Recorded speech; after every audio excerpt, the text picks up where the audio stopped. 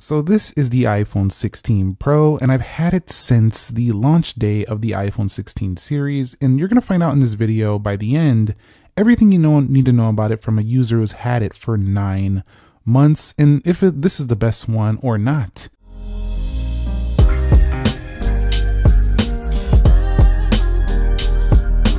So what is up, guys? Nick here, helping you to master your technology, and it's been 9 months. And the iPhone 16 Pro, still one of the smaller amount of things in the box. You basically just get the iPhone, you get yourself a USB cable right here, no charger, and that's about it. So very slim, a very small box, not much to speak of there. So if you pick one of these up, nowadays you're not getting no charger. But that brings me on to the price of this phone if you're to pick one up now. It starts at $999, and that's for the 128 gigabyte. Now, when you compare that to some things on the market, you know, it seems like a bad deal for the amount of storage. But when you compare it to the very first iPhone that launched at $999, the iPhone 10, we can basically call it $1,000. This is a better deal. That came with 64 gigs, so this is twice the storage for the same price. However, in 2025, I think phones are being much more heavily used than they were back then even. And so I still think the storage is a bit low, so I'd like to see Apple go to the 256 gig. I don't see them coming at that price though, if you're going to get that though, but that's where I think it should be, 256 gig to start. But still, I think when I look back and think about the iPhone 10 and 10s, and this still being in that same price range, even with inflation, this seems like a much better deal than back then for everything you're getting. Now, talking about build quality and design, I have to state that I've loved it. This phone is near flawless for what this type of iPhone is. I mean, it doesn't have any fingerprints being picked up on the silver model on the rear. We do have, if you see like around the edges, it barely picks up any fingerprints. The buttons are nice and shiny. We do have USB-C right here, and also everything is kind of just clean. It's just a clean looking phone. Yes, it does have similar iPhone trays from before, but we have the camera control button there. It is a little bit of a thick boy. It's not super thin if you compare it to something like that newer Edge phone that came out from Samsung, S25 Edge. It's definitely not the thinnest phone out there. Even the regular S25 is thinner than this, but it's got a beefy battery for its size. So around 3600 milliamp. This is a 6.3 inch though, so this is a smaller phone, but it's more in the size of a 6.1 inch phone with a 6.3 based on the bezels. The camera is a little bit played out at this point. We've had it since all the way back on the iPhone 11 Pro series, this design layout. But this is the bigger version. It looks more like 13 Pro Max. But overall, the core design is a bit played out. I like to see a redesign, but this is near perfection when it comes to this design. I do think that the dynamic island, still one of my caveats with this design. I'm just not, one of my pet peeves, just not my favorite thing about the iPhone 16 line in general. It is a useful tool, but I would like to see an all-screen iPhone at this point. But I do love the thin bezels, and 9 months later, they still look stunning to me on this product. So this has been a really good design, and it seems like just about the sweet spot as well. It's kind of like in between a Max of before, like the older Maxes, and like a 6.1. It's just like a really good sweet spot size. It doesn't feel too small. It doesn't feel too large. It's just a really good sweet spot size. If you have a big hand or a small hand, I think anybody can use this size basically and not feel like it's a massive gargantuan phone.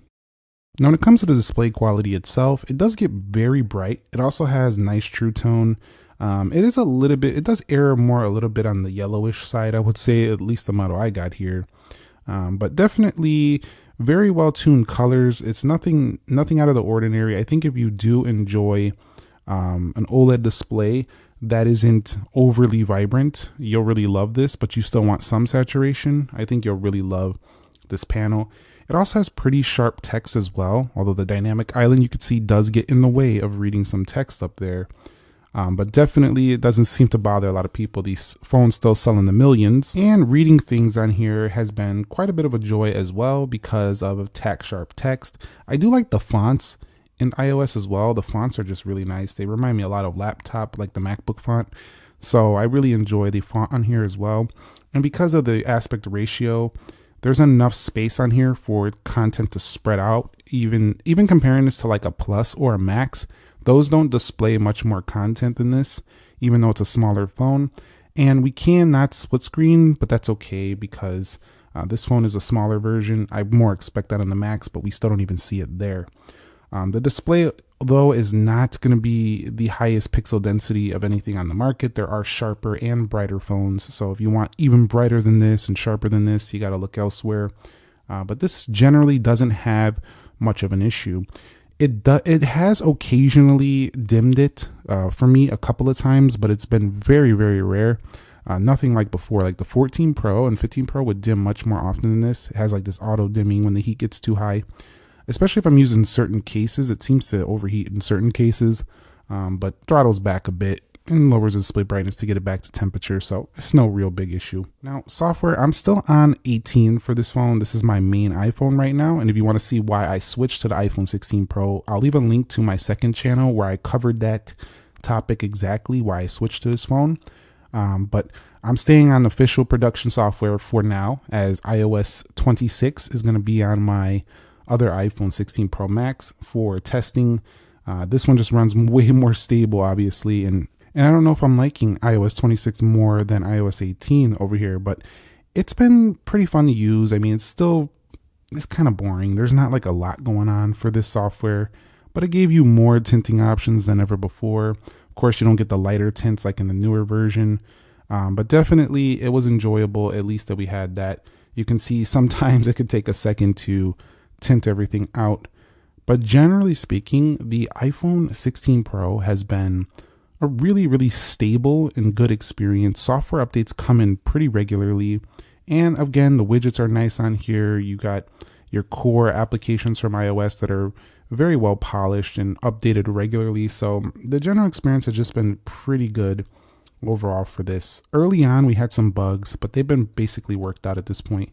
And this phone just runs in the background of your life, very stable each and every day. Talk about the area of performance. They have been surpassed by some of the competition, but we still get some really good scores here, like 27 FPS in gaming on this one, 25.5. And this can run those games easily. The higher tier games with more graphic demands, this thing runs it easily. This phone also has better heat management than before, although no vapor chamber, so their Android counterparts that compete with this could potentially do a bit better in that area as well.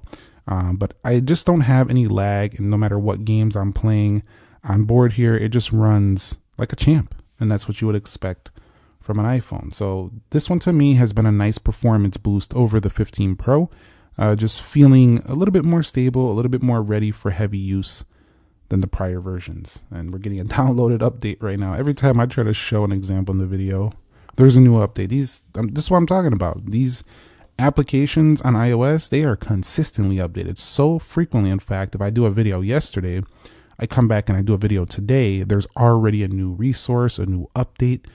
It's so frequent. So if you like your updates and you like stability, it's one of the main reasons why Apple is still on top in the smartphone game. Now, moving on to the area of camera. This has also been why this rounds out this phone to be such a great package.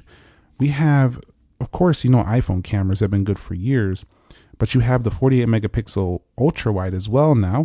And the video quality is superb with 4K 60, and then having the camera control to go ahead and zoom in and do other features. If you like to switch things out, it's been kind of something I just use as a button to click photos. But if you wanted to play around with this, it's all here. And then on top of that, this is a true Pro because it does have the included Pro RAW and all those things in the camera section, which not everyone uses. Actually, I would argue more people don't use it than use those features. But you do have a lot of excellent camera features. So if we go in here, you can record up to 4K at 120. You can do different formats like 12 megapixel photo modes, 24, Pro RAW and resolution controls, Apple ProRes. So the list goes on. And then with iOS 26, they've changed the design a bit of the camera layout. But generally what I really enjoyed about this is I don't sacrifice zoom over the 16 Pro Max. So I don't have to go to the bigger phone to get the same camera. And I always like when you get the same camera on a smaller phone, it gives people better options. It really does. And the front facing camera has been also pretty good, although they haven't really upgraded this camera in years on the front facing camera because it's been such a good camera. But I would like to see maybe a higher megapixel count on the next version of the front facing camera. Let's switch gears over to battery life 9 months later. So I have about 76 cycles. You might be wondering, why is that so low? That's because I started out my journey in the 16 models on the 16 Pro Max. I do have to switch phones for reviews, and I don't got multiple SIMs. I just kind of use my SIM on one and switch over to review that next phone. So that would explain my cycle counts. 100% maximum capacity, but I tend to get through a full day on this phone quite easily. One of the things I enjoy the most about this is it's not too hard to handle this size. It's a pretty nice size, although the 15 Pro to me is a little more sleek because they did expand the bezels here. This one is a little bit harder to reach. It's still not that difficult. It's pretty much still a one-handed phone, but maybe still too big for some people. At the same time, I have to mention that the battery life has been really good. So this is one of the pros of going up a little bit in size, is that you can put a bigger battery. And the 16 Pro has reminded me of the 13 Pro back when that phone came out. Was a really good battery life, just like the Max. So you don't have to go to the Max this year to get yourself a really strong battery in the 16 Pro. It was a fantastic experience. And if you're going into summer and you don't want to wait to get a phone, the 16 Pro is a fantastic battery choice if you want a smaller package. It really does last a full day. Also, the audio is actually quite loud out of this phone. I measured slightly higher than some other iPhones like the base 16 and Plus on this phone. Also up here, the audio comes out the top, so it is dual speaker. It's pretty loud. Shockingly, I have been having some compliments on the phone call quality. Hold on, let me pull that app open here without leaking phone numbers. I have received compliments about how clear I sound on this phone, and I haven't been having major issues with signal strength, although I still think this phone is being beat out by Samsung devices in signal reception. It still has been very good compared to some of the previous iPhone model years that I've used. And 9 months later, I gotta say, I do sometimes get some spotty coverage in areas that are like a little harder, like in a garage or something. But I don't tend to get it very frequently. So this is a strong performance in network and phone call. And that's probably due to Qualcomm modems in here. So really nice. There's another sweet thing about the iPhone 16 Pro that has to be mentioned before I wrap up this video. It's the one-handed usability. While you do have the one-handed mode, which is not super customizable, it just brings the screen down. This phone, I think for a lot of people, wouldn't be too hard to handle or manage one hand. If you want a lighter experience, you have to sacrifice the 120 hertz display and go to the 16 model. And the charging speeds are relatively medium. They're not super slow. They're not super fast. So if you want that, you'll want to get a different phone at the end of the day. But we have SOS emergency satellite, texting via satellite as well. So, I mean, you have plenty of neat features. There is no way to expand this to like something like Samsung DeX. This is just going to beam through the USB-C out. It's going to beam up to your monitor and just show you the iPhone. You could mirror this as well. And it does go very well with the Apple ecosystem. You can beam this to your MacBook and use the phone on the MacBook. So that's pretty fun to do. But my final verdict on the iPhone 16 Pro after 9 months is that I would gladly buy this phone again. I think it nails all the fundamentals. Good camera, beautiful display, really good battery life, and great software support. There's pretty much nothing really wrong about this phone. It's just you have to nitpick some problems. It reminds me of a 13 Pro. When that phone, I was talking about how sweet that one was.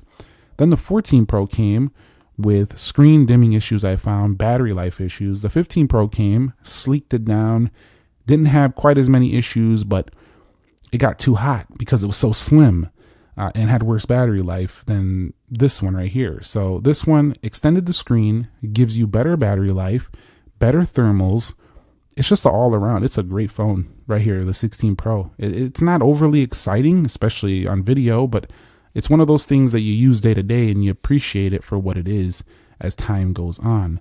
I am looking forward to some more exciting changes to the design though, so I'm looking forward to see what Apple brings next. But 9 months later, it's been a treat of a smartphone, and if you don't want to wait and you want to get this one now, you're in for a real treat. You really are. Let me know your thoughts, comments, questions, concerns down below in the comments section. Thumbs up if you enjoyed it. Subscribe if you haven't already. Nick here. Be sure to be well, and peace.